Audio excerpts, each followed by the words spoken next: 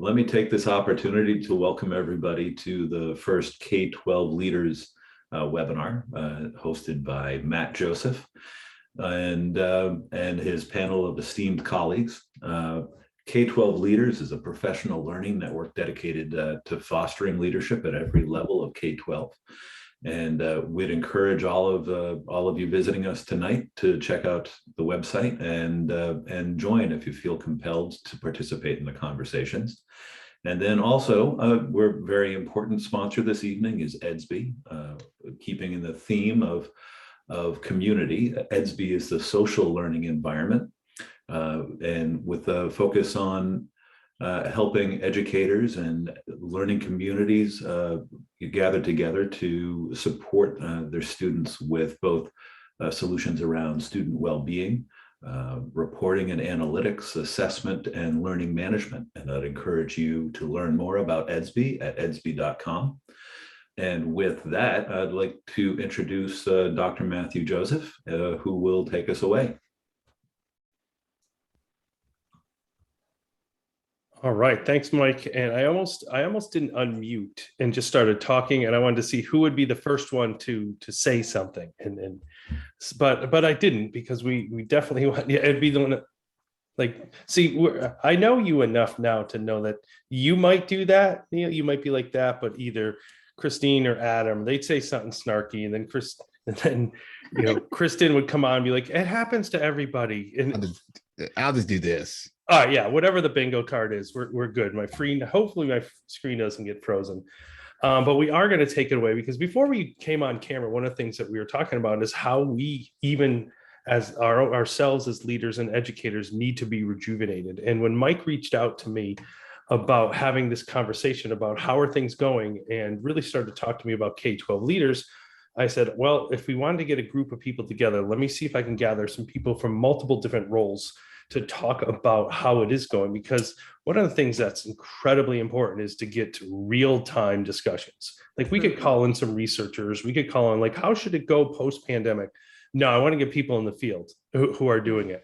So for those of you who don't know, my name is Matthew Joseph. I am district leader, and just thrilled to be here as part of this group. And I'm just going to be hosting throughout, kind of maybe dropping my 2 cents in, but I'm going to be a learner as much as a speaker. And I'd love for you all to introduce yourself, because the dynamic lenses and accomplishments you have is what can drive this conversation. So it's always funny. It took me about 4 months on these Zoom meetings to realize that everyone's screen doesn't look like mine. So Kristen, you're the first one, followed by Christine and Adam, and then I'll let Keri and Neil fight out the last two. All right, Matt, thanks again for having me. I'm Kristin Mann. I'm actually a K-6 cyber instructor for my school district. I spent the first 23 years in the classroom as a learning support teacher, as an emotional support teacher, and a 3rd grade teacher. Okay, that's the best right there. So with that being said, with the pandemic, we needed to build our own cyber program. We were about to lose 250 students to our local PA cyber, and wow, we knew that we wanted to keep them within our district, and so therefore we built our own. We had Dr. JC Maslick lead the way, and we built this team. So we went from 9 instructors down to me. So now I am full-fledged K-6, and it's really an interesting role, dynamic role, and I do lunch duty 4 out of the 680 rotation. So I'm definitely in the trenches on many levels, but I'm also within this space of online. Awesome. Kristen is also the co-author of All In, and make sure to check her out and her work. Thank you. So I think you said I'm next, yes, Matt? I was. Okay. So I am Christina Ravesi-Weinstein. I'm clearly the person that is trying to multitask right now, with my son leaning on my shoulder, asking me what he's supposed to do next for his homework. So this webinar could not be more fitting. No, but seriously, I am an assistant principal at a high school in Massachusetts. I have been in this role. This is my 4th year, but I've been in education for 19 years. I'm at the point basically where you lose count, like you just know it's getting up there. So I spent the first 15 years as a classroom teacher.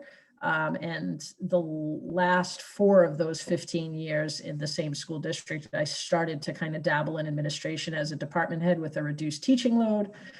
So that's really what I do during the day. I'm obviously a mom at night, and I'm also an author. I've written 2 books. The first is Anxious, which was from Times 10 Publications, and most recently, Codebreaker released my second book called Fighting Your Inner Voice.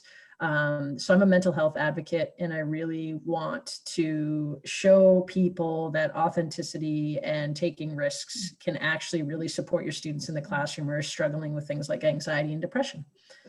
So I'm really excited to be here. Thanks for letting me join, and it's humbling to be around so many amazing educational leaders.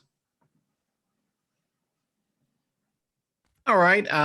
Thank you for having me here. My name is Dr. Adam Phyall. I am the Director of Technology and Media Services for the Newton County School District in Covington, Georgia, also known as the Hollywood of the South. Oh, there he is. Yes, got to put that in every single time because they pay me. Newton County is a label that pays me.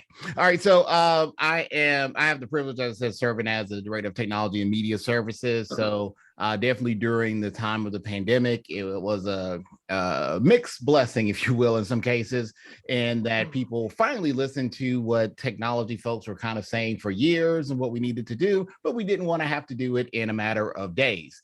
So we've had our hands full with trying, of course, to get the devices out and do all that stuff. But then also those other pieces that are the more important pieces. I've said for years that one-to-one is as simple as a math problem. Count the number of students, count the number of devices, give you 10% more, there you go. That's the easy part. It's all the other stuff that we've had to deal with that goes along with the devices. There's the equity of access, equity of activities, equity of expectations. So all these things that we've also had to deal with on top of that. So really looking forward to the conversation that we're going to have today. And also I am the co-host of the Undisrupted podcast with my marvelous host, Carl Hooker. So definitely check that out on all streaming services.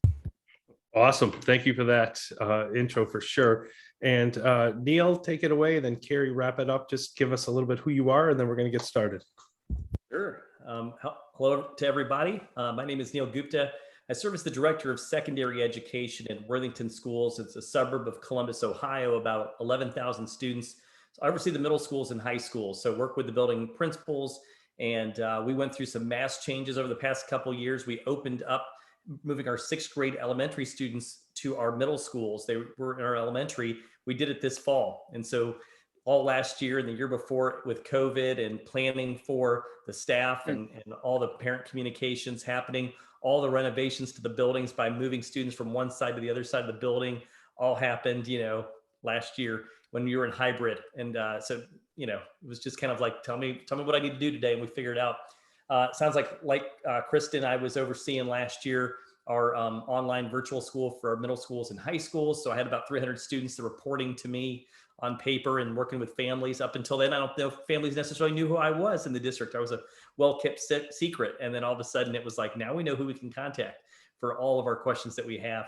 I also serve on the board for ASCD, serve as president this year. And also an associate with Creative Leadership Solutions. So thanks for having me here. Guess it's my turn. Hi, everyone. Keri Orange-Jones. Teach Science and Social Studies 5th grade in West Orange, New Jersey. It's my 25th year. And I'm going to plug, my birthday is next Tuesday. I did the big 5-0. Welcome to the club. And so there's that. I also teach at Montclair State University. I'll be teaching a course next semester, and William Patterson University Curriculum and Technology Integration. I recently wrote an article entitled, co-authored the article, Lose the Language of Learning Loss, about asset-based language versus deficit-based language. I'm very passionate about assessment. That is the book that I'm going to be writing about, is alternative assessments, student choice. I find that in the classroom is a very selfish idea for me, because I love 5th graders, but I don't want to read 5th grade writing, and thus honing in on their talents. Like when we do our Jamestown unit, I had kids do graphic novels versus some doing podcasts versus some who like to write, actually authoring historical fiction pieces. So that is my passion, trying to, fight for equity by allowing children to have choice in how they are assessed. Hopefully I can take that to higher education as 25 years in, I'm ready to segue into full-time higher ed where I can teach teachers. As I was involved with student teachers, I was a distinguished clinical cooperating teacher 2 years ago. And last year in 2020, I was awarded Exemplary Educator of 2020 in the state of New Jersey. And I like to cook and eat. Nice. I like it. I like it. So speaking of cooking, one of the things we've cooked up is some new ways to start this year. And I know we kind of are coming at it, and why it was important to do introductions to see the variety of lenses that you're going to hear from today. But one of the things, if you had, say, 1 minute each of something that really went well in your area, your district, your classroom to start off this year, and one thing you wish you did. So I'm going to have each of you go 1 minute each, just to really kind of, how are things going? What are something that went well? And what's one thing you thought like, oh, I wish this could have gone better? And just throwing it out, jump in, and I'll voluntold you to go if I think you got something. I'll go ahead and start off if it's okay. Yeah. So we have a theme in our district every year, and our superintendent is phenomenal. And I'm sure he probably perseverates over what's the theme going to be, and they're always just perfect as far as just kind of where people are feeling at this moment. And so the theme for this year for our school district is everyone has a story, but not everyone has somebody that can hear it or that. And I like that. And it's about our students really, and it's about our staff that, how do we help bring and make connections? We have our students now that are coming back. It's possible, like I alluded to earlier, that they spent a year of being in a remote environment. We have some students that may be in new buildings that never really got a chance last year to meet their peers as they were moving from an elementary to a middle school or middle school to a high school, moved from another state in or another district in. And so it's really that permission that I think he gave to all of us, this call to action of not curriculum, not learning loss, not, make sure you get the test scores up, but I just need you to connect with kids. And I just need you to just, I love this phrase, don't be furious, be curious, and know the students and ask them their story and get to know them. And so that's something that's going real well in our district, because we're allowing each other and giving ourselves space to ask that question to each other. So important. It sounds like, Keri, you're agreeing with that. And how's it been going for you? Okay. Academically, I think you said what went well. I'm talking to one of my colleagues who's actually on the webinar right now, getting back to basics, because the students have been on computers basically from March of 2020.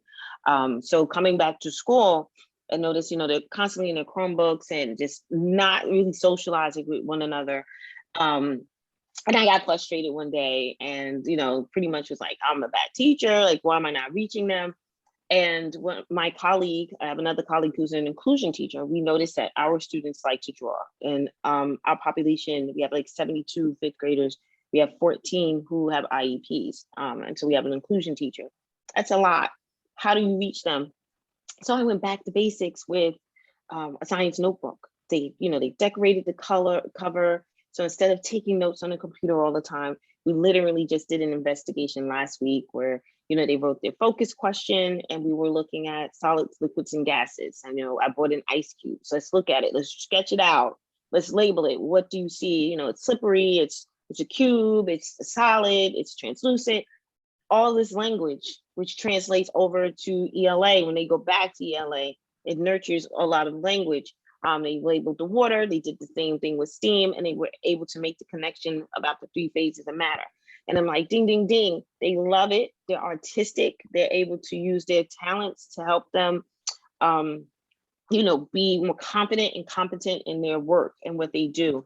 So that went really well. And again, it's translating like my colleague, Amy, she's diagramming sentences. Remember, we used to do that when we were kids, like on the board, labeling, as opposed to just doing word work in a notebook. They're literally, she has little magnets with, N for noun and P for pronoun, and everybody has a chance to, work with this sentence. So getting back to basics has pretty much been our theme. What I wish I'd done from the door, I wanted to give the students a little more freedom since they were in 5th grade. Now the elders in our school is K-5, but they're missing structure. And I feel like everybody's talking about structural loss.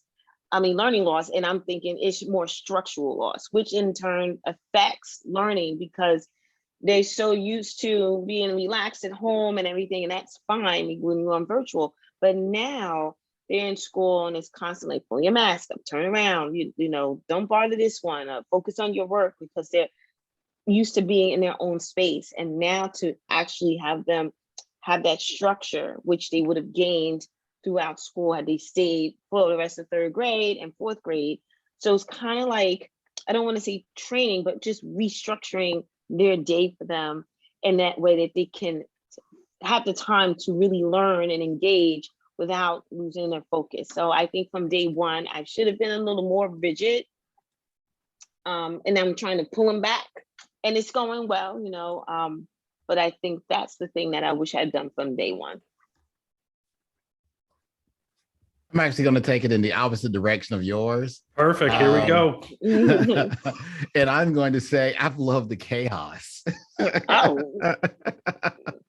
I'm an anarchist, the chaos. No, but it's one of those things where when we really look at our system and it has not served a lot of students. The system has gotten the results it was designed to get. So we have students of a wide group that has not been serviced by the system that the pandemic has disrupted.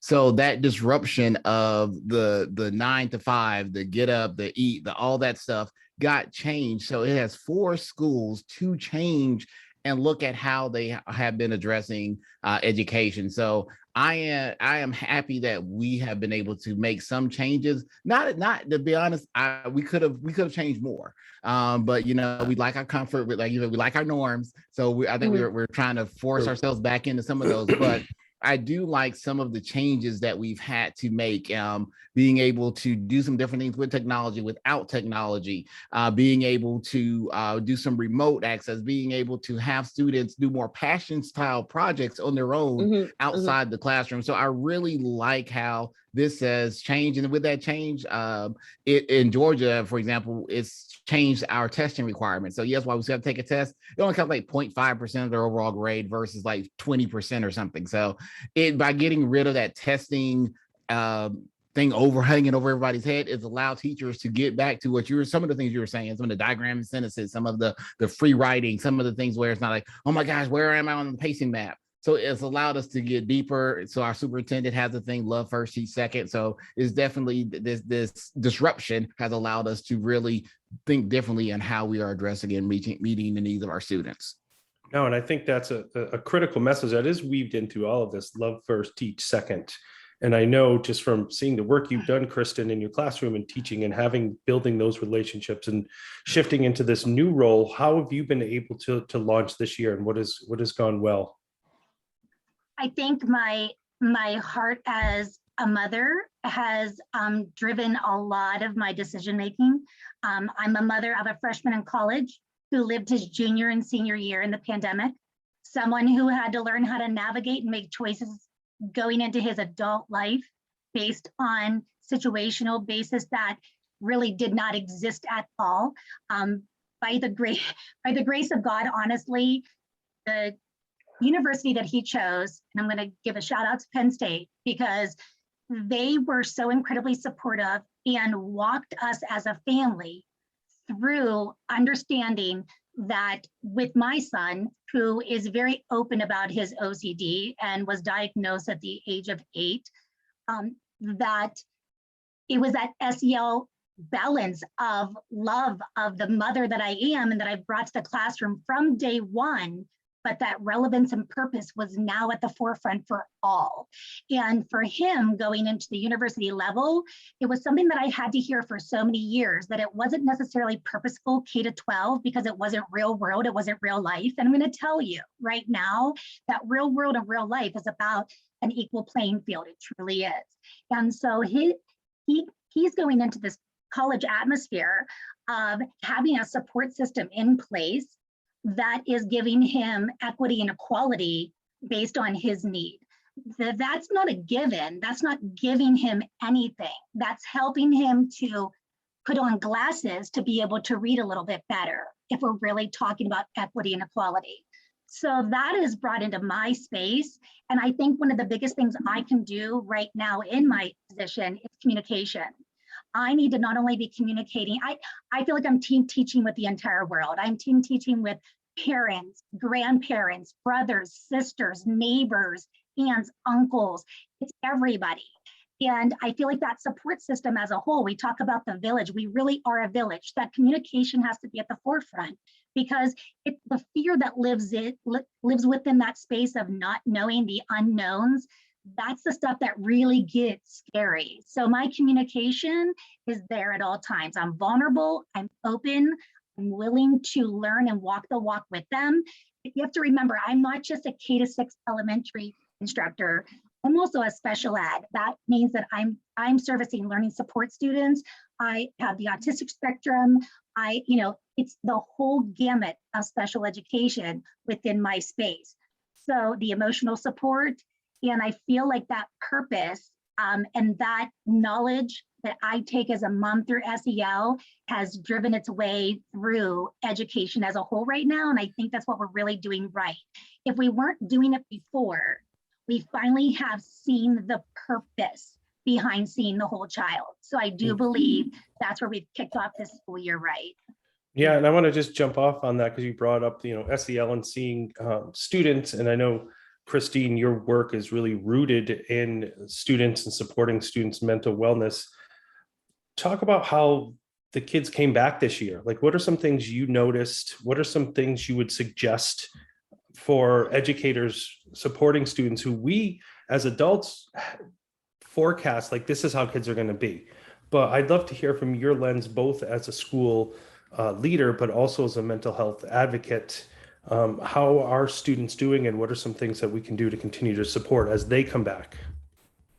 So I don't want to speak for everybody else's experience with the return of students this year, but as an assistant principal in the life that I live as a disciplinarian, I'll tell you that this was without a doubt the most trying return to school that we've ever experienced. The amount of discipline issues we were dealing with that were intense, large discipline issues, vandalism, violence, threats, was not something that I was at all prepared for, and neither were any of the other administrative staff that I work with. The number of students that are in dire need of counseling and assistance is also off the charts for us. The only positive is that the number of students vocalizing their need for assistance is also a lot higher. And so given the state of the kids upon their return, I try to remind myself that their calling out for help is actually a positive. It's better than them acting out. In terms of what the adults can do to support the kids, I know that for me, I was kind of at a loss in the beginning because it was really a shock for me. But it's in the simple things, right? So, a student emails me, hey, I'm struggling with this. Can I please talk to you? And just sending them back like, hey, I've got you at the top of my list. As soon as I have a moment, I'm going to call you in. Like, a little thing like that makes them feel like they're on top of the world. Like, this adult is listening to me. They're paying attention, right? Giving kids airtime is really kind of all they need.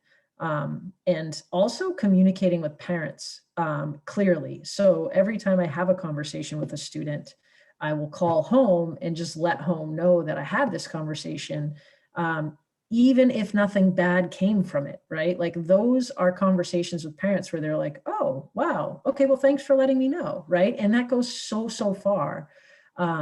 So with all the kind of, for lack of a better term, the crap that I was dealing with, I forced myself to have moments of positivity by making these little phone calls. You know, if I can spend an hour on an investigation, which is a bummer and not what I want to spend my time doing, then by gosh, you know, I'm going to be able to force myself 5 minutes to have a really positive conversation with someone. And that's going to turn the tide for me emotionally. So I think as adults, we really need to do that. I think we need to speak up more too.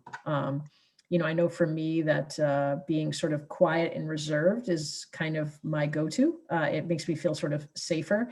But as we started the year, I relied on some others to do a job for me, and it did not go well. And so I have since decided that, you know, I can trust my voice and I can trust what I bring to the table, and I can trust that I'm going to get the job done. And so I'm finding more power in that what I am doing is the right thing. So I think that's being a good role model for our kids too. So that's making a difference as well. No, that's critical, especially with everything that's new that's been coming on our plates, not just adults, but students. And one of the things that was new last year, and I'm just curious, I'm going to start with Adam, and then I want everyone just to kind of jump in. A lot of districts adopted new technologies last year, to some out of need, some out of discovering the possibilities. And Adam, I'll start with you, but what are districts are you doing to assess now that students are back, the effectiveness of this technology? Okay, and moving on.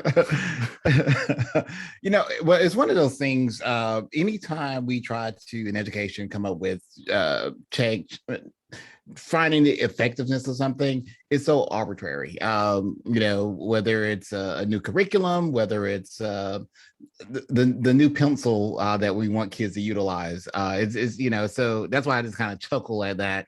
But you know, one thing I can say with the technology, it has really changed a lot of things that we're doing. For example, I challenge anyone to tell me that we are not more connected with our parents now than we've ever been.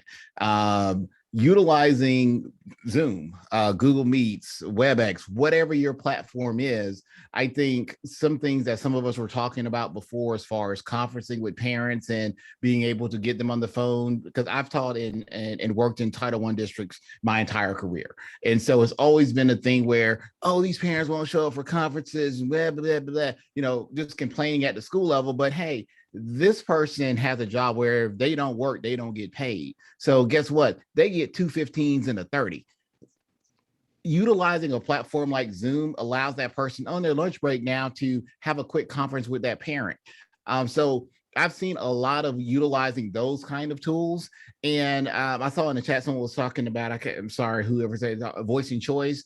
And so also utilizing our tools has allowed for more voice and choice with how students are able to share and give information, to express how they are feeling. I've seen so many platforms now are allowing for meeting with a counselor through virtual formats. So now we're able to outsource some of that stuff. So now it's not 2 counselors allowing the kids whenever they get in there, or they're too busy doing schedules to actually do any counseling work. Now we've actually have used some of our ESSER dollars to get third-party companies to have one-on-one meetings with our students who are going through various things. So better leveraging those tools to get beyond just the classroom instruction and really meet our learners where they are and give them what they need when they need it. So that's some of the things that I've seen that are helping. It's more that upstream thinking, where at the end of the day, we can't say, oh my gosh, we saved so many kids from killing themselves. Who knows? But if that kid's able to utilize that platform and talk to someone about some things that they're going through,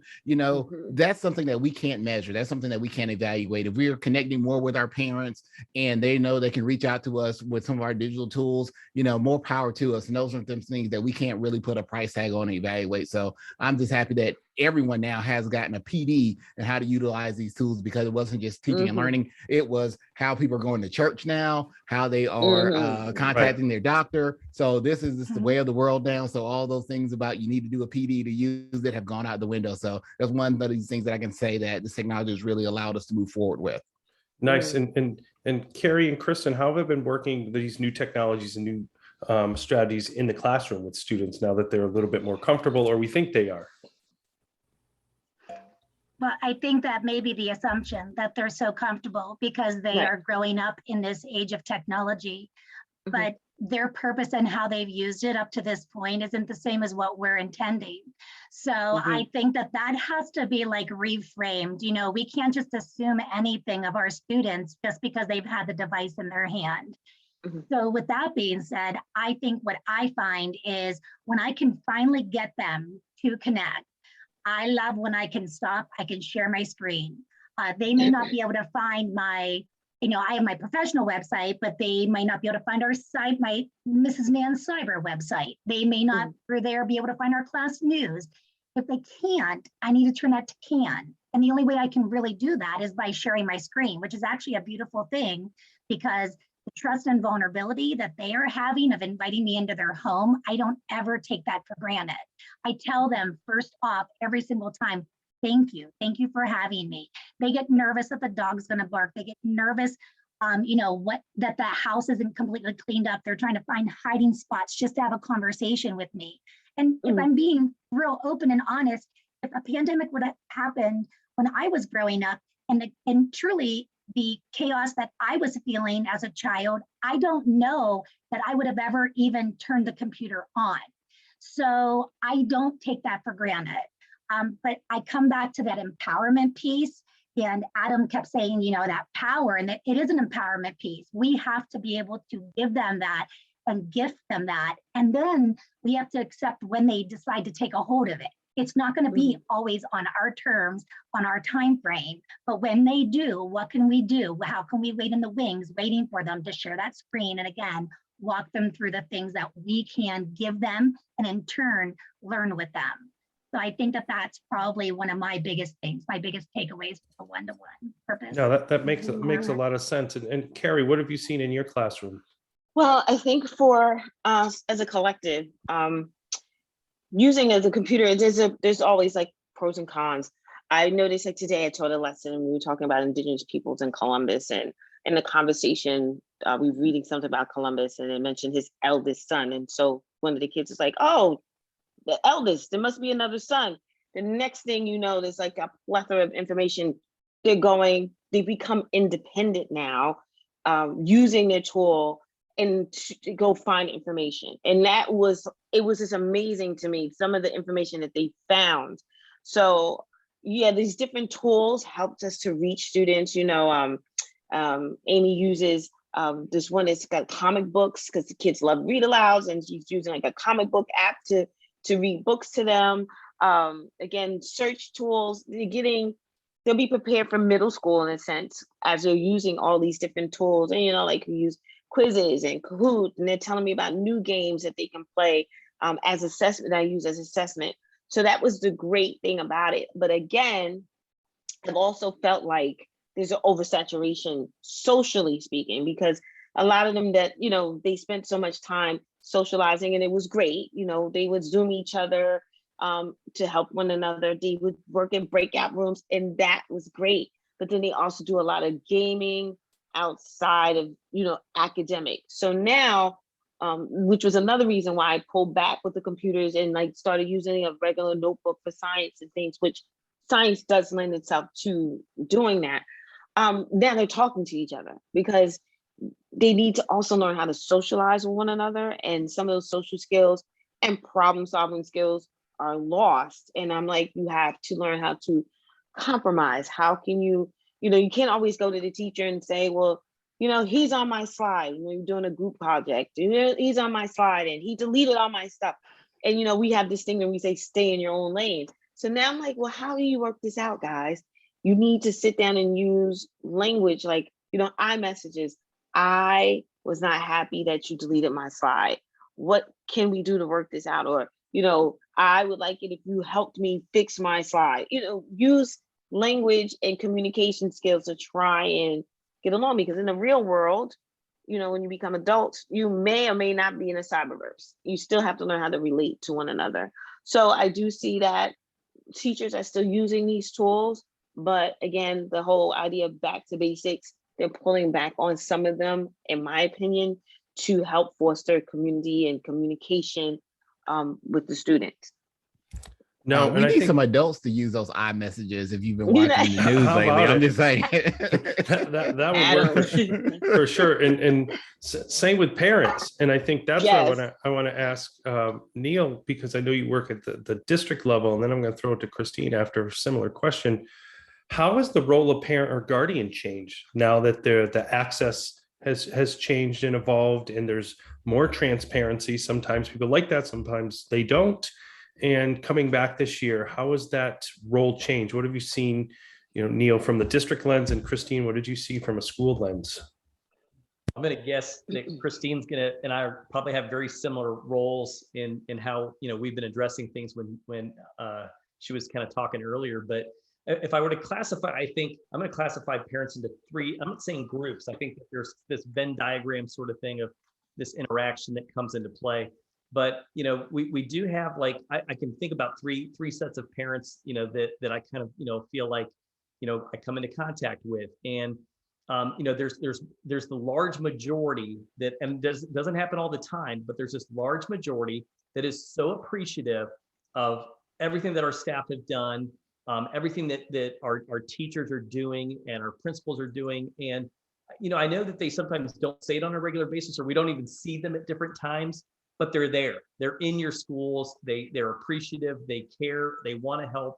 And sometimes it's like it catches you off guard because I'm not looking for it, sort of thing, or I'm not, I'm walking into a meeting and not sure what to expect. And it's just this like overwhelming sense of, just like I said, appreciation and thankfulness, and what can we do to behind you? And so really, you got to be ready for that when the ask happens. What is that reply? What is that tangible way that you've got this mobilized army of families that want to come and support?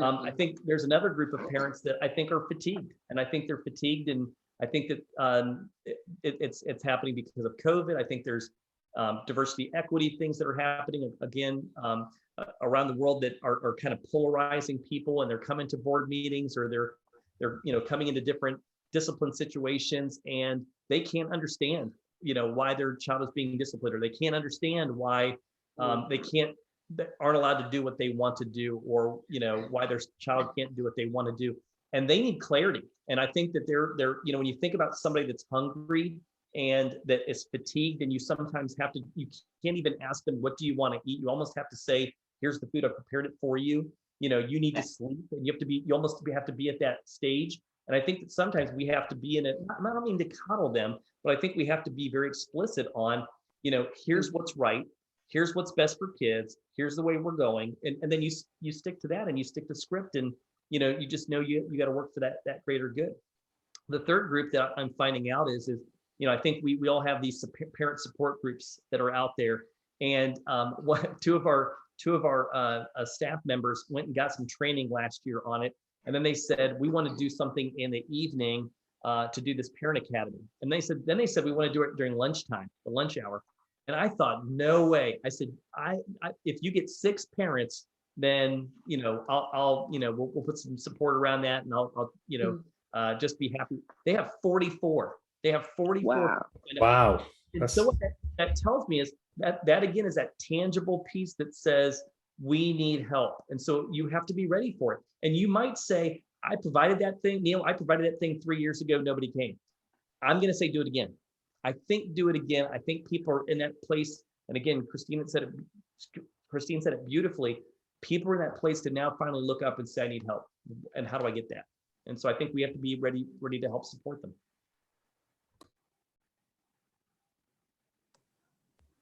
So Matt, you wanted me to chime in on a because I know level? you deal really closely with families day to day. Yeah, I do. And I definitely believe in the rule of thirds, which I think is what Neil kind of just successfully did there, is kind of talking about how people in any groupings always kind of divide themselves into 3, right?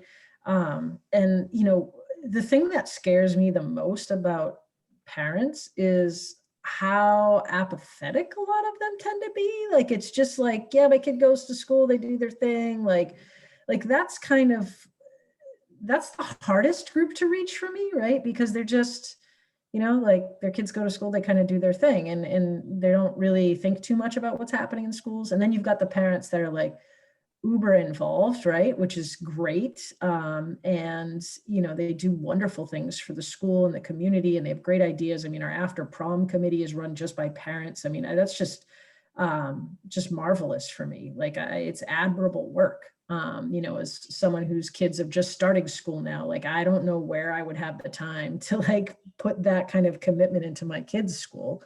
And then you have the parents where I think in any group, you're going to have 10% of the people are going to take up 90% of your time, right? And that's the nature of a lot of the folks that we work with. And it's a varying degrees of intensity, right? Like, you've got some parents that just sort of feel like they're never happy with the school, right? And then you've got other parents who are kind of at a loss and they don't know how to help their kids. But these are the parents that you're sort of constantly engaged with.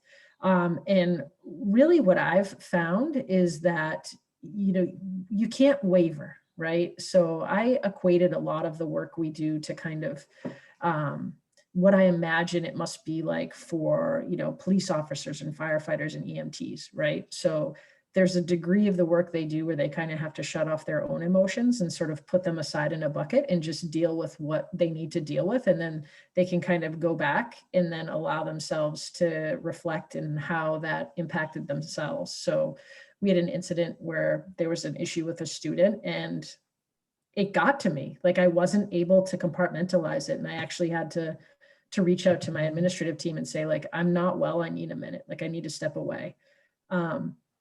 And so what I have found though is, like, one, I got to do that when I need it. And I'm okay with saying it. It happens rarely, but when it happens, it's intense.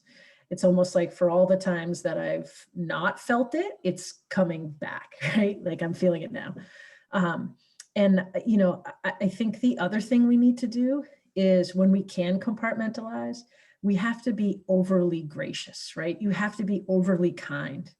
You know, I had an email exchange with a parent today that is a very challenging parent, very, very challenging.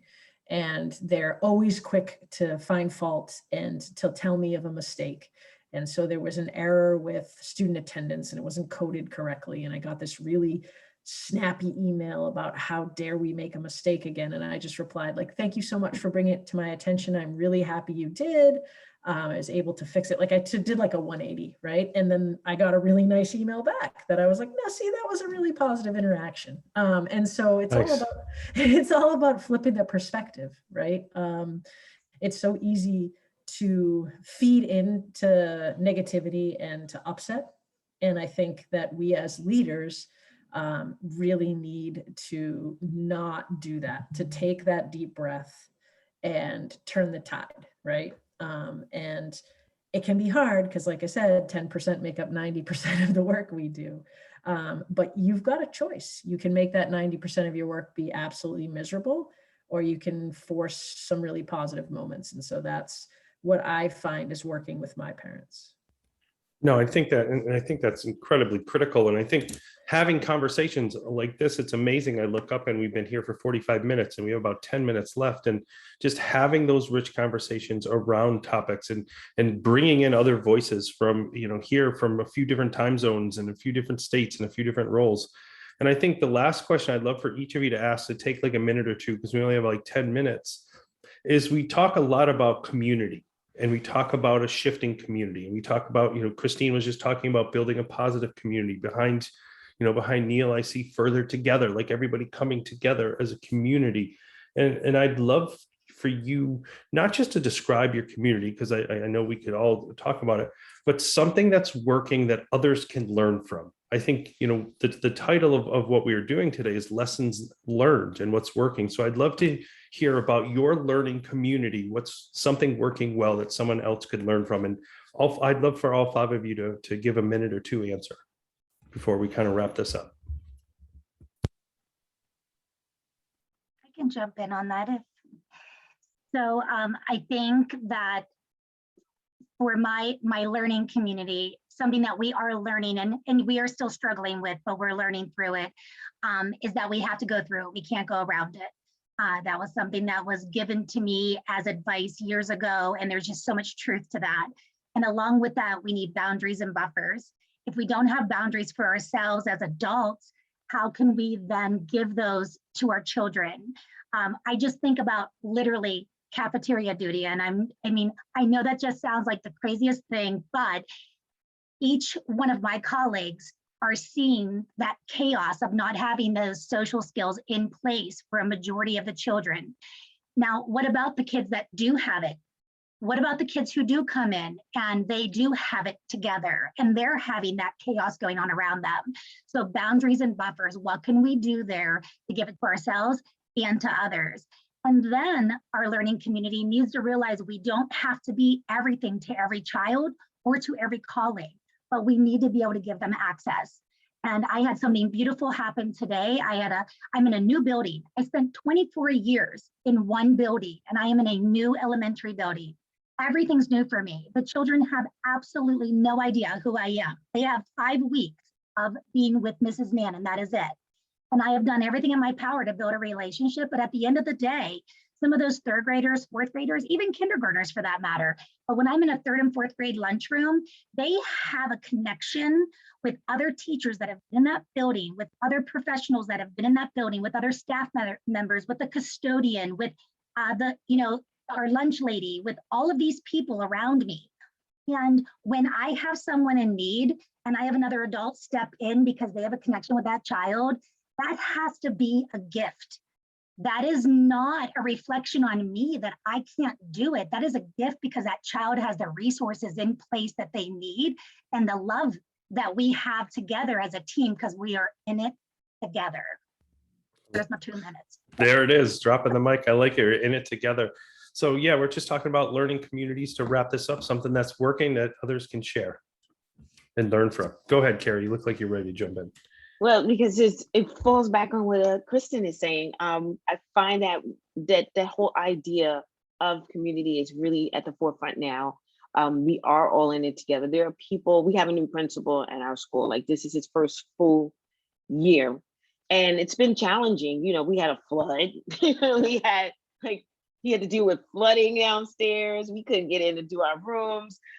We have a large special ed population. So we have students, every day, CPI, somebody has to be restrained. People are jumping in to help out. We help with each other. Sometimes, the parents can be a bit much. Now, the bit much is working to our advantage. Like we recently had Friday, the fifth grade party. Usually we have it at the end of the year, but the fifth grade parents wanted to do it at the beginning of the year because who knows what's going to happen. They went and took the reins and did it all on their own. And I know I could speak for myself and my colleagues in fifth grade. That was like, it was a big relief because it's teaching empathy. I think so many people have found empathy, and then that's leading to a solidification of community that, they see us in a different light, having to work with their children at home. So now they've given us this extra support. And then in turn, we know what it's like to deal with some of the challenges that our new principal is having. So we're helping him. And it's like cyclical. So it's like this triangle, the trifecta where everybody is coming together. And at the center is the children, because all of us affect what happens with them. So definitely the idea, and I see Adams keep calm on this together. I think it's prevalent. It's definitely prevalent, and it's something that we're seeing more and more now. And I hope that it continues in a positive way down the road. And that's my mic drop right there. Perfect. And we'll throw it to Adam with the keep calm, and we're all in this together. How's your community? Because I know you're working on the tech side of it, trying to keep everybody up to date and get all the devices that you need to, but you do a lot as a leader in the district as well. Well, one of the things, our soup, she challenged us to come up with our one word. And everybody's coming up with this word, resilience and passion. Everybody had these words that just make you think. It's like, wow, they are deep thinkers. And so when it came around to me, I didn't know what I was going to do. And one of my friends sent me this meme, and then I laughed at it. And then I was like, oh, okay, I know what my word's going to be. And my word was bucket. And Okay, you got to tell us. yeah. And so when I said it, everybody was like, what are you talking about, Adam? Well, the meme, it was this picture, and it was this guy, it was actually a GIF, but he was on the beach, and the water kept coming in, the tide kept coming in, and he was like mopping it up. And then he'd bring it out in his bucket, he'd mop it up again, and it kept going. And the little caption was like, what you look like trying to change things that you cannot control. And so my whole thing was like that, to think about the mopping as like bucket. So especially right now, dealing with technology, we have supply chain issues. I mean, we started school on the 1st of August, and we just passed out our student handbooks this week because they just got here. And so there's so many things that are out of our control. And you, as leaders, we always try to fix these things. We always try to find a solution. But sometimes it's not a solution. There's things that are just completely out of our control. I mean, unfortunately, we've had 2 teachers die this year in my system of COVID-19.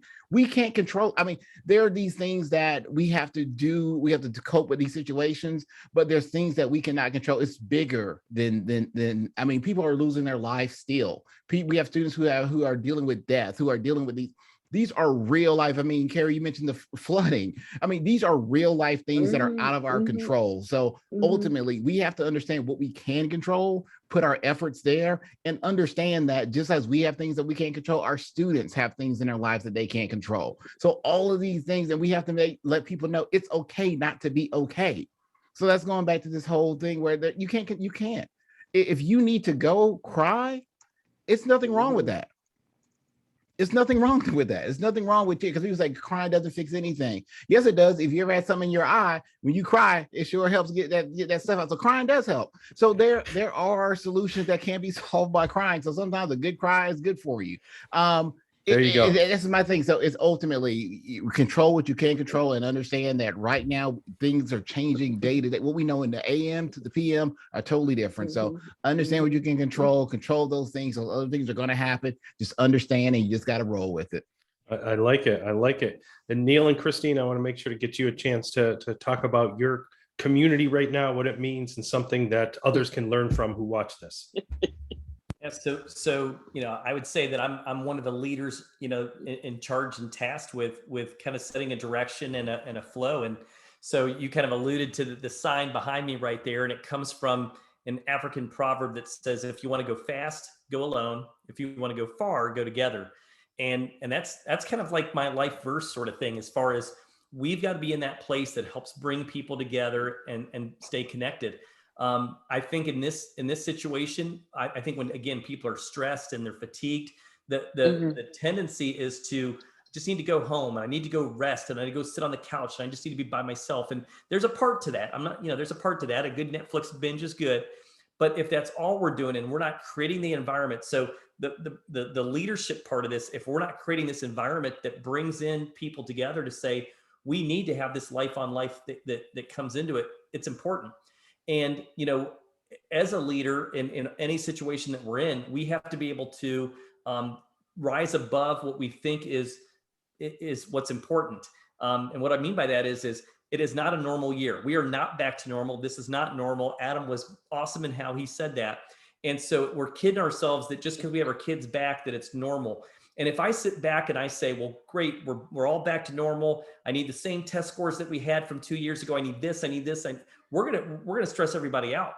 And instead, I'm in charge of, or we're in charge of, setting that tone to say, look, some of our staff meetings are just going to be about connecting with each other. Some of our staff meetings are just going to be about staff wellness and checking in on kids and making some good news phone calls home. Because, man, tell you what, when you pick up the phone and you go back and you call 10 families, you're going to get off that too, and you're going to be pumped up. So we have to be in a place that kind of helps kind of create that narrative, rather than the sky is falling and we got to get the test scores up or else. And we're in control of that. We got to rise above that. We got to say, this is what's important. We can't say like, gosh, we just got to get back to business as usual. So those are my things. I like it. And Christine, bring us home. Oh, I gotta go last. That's intimidating. No. So I think I'm just going to kind of echo what everyone else has really said here. I think when I think about learning community, given what we're all kind of going through right now, I actually think of it more from the lens of all the adults that we work with, because we've been asked, a lot's been asked of us, right? And I think we all have felt that. I think before the pandemic, a lot fell on the backs of the schools. I think that was the case for education across the board. And I think now that we're in a pandemic, I think the weight on our backs has doubled or even tripled. So I really, really worry about the adults that I work with, both the people that are in similar roles to me and the staff members that I work with.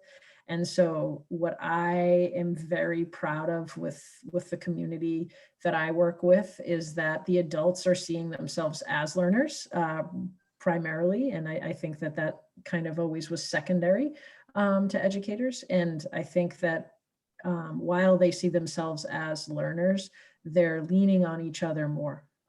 They've realized they don't have all the answers. And I think that can be difficult for a teacher to conclude about themselves. And because they know they don't have all the answers, they're willing to ask questions. And I know for me, I'm really proud of my ability to listen, and also the ability of the people with whom I work to listen to each other. And I think that's really eased the stress of everything we've been through. And I think that as time goes on, it's just going to be better for our kids. I think the kids will start to benefit from us as leaders being willing to learn and lean on each other. So. No, I think that's great. And I think hearing what people are saying about building those connections and having an opportunity to cry when you need it or reach out to somebody.